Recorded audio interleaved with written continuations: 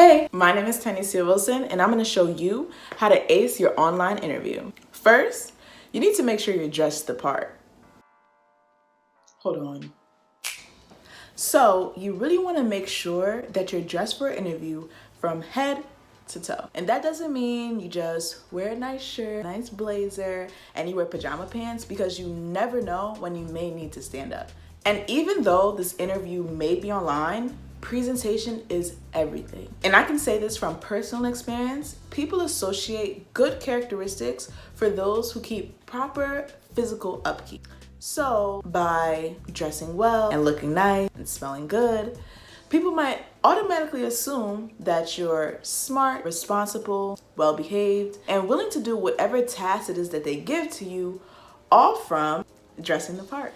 My next tip for acing your online interview is downloading the software before your interview. So a lot of employers are using Skype, Zoom, WebEx, or whatever software it is that they're using for your online interview. You want to make sure that you get familiar with it before. So that means having a friend or a family member call you so you can hear what your audio is and see what your visual looks like, and just so you can get used to having an online interview as opposed to an in-person interview.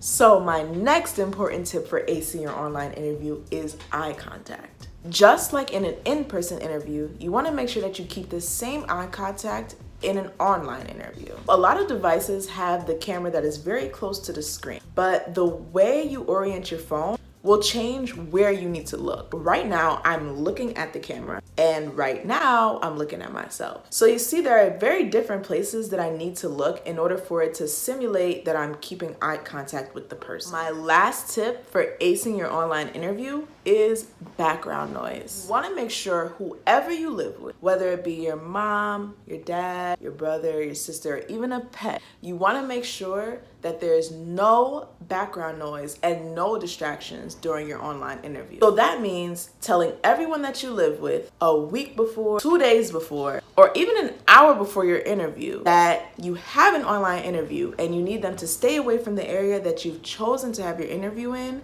and you need them to quiet down the noise.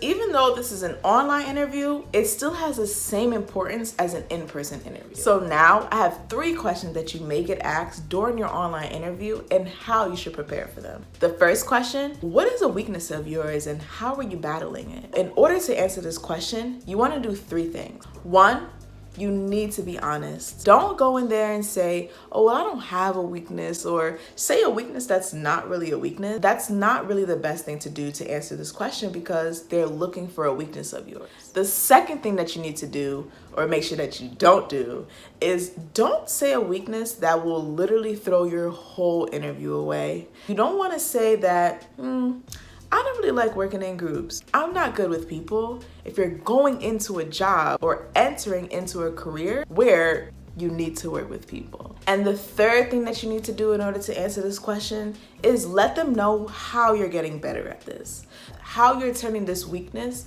and transforming it into a strength. The next question that you may get asked during an online interview is, what is a problem that you faced and how did you overcome it? Or what is an accomplishment that you achieved? To answer this question, you want to use the STAR method. So S stands for the situation. What was the situation that you were in? T stands for task. What is it that you actually had to do? A is the action. What were the steps that you took in order to get the problem solved or to achieve your accomplishment? And R is the results. What happened?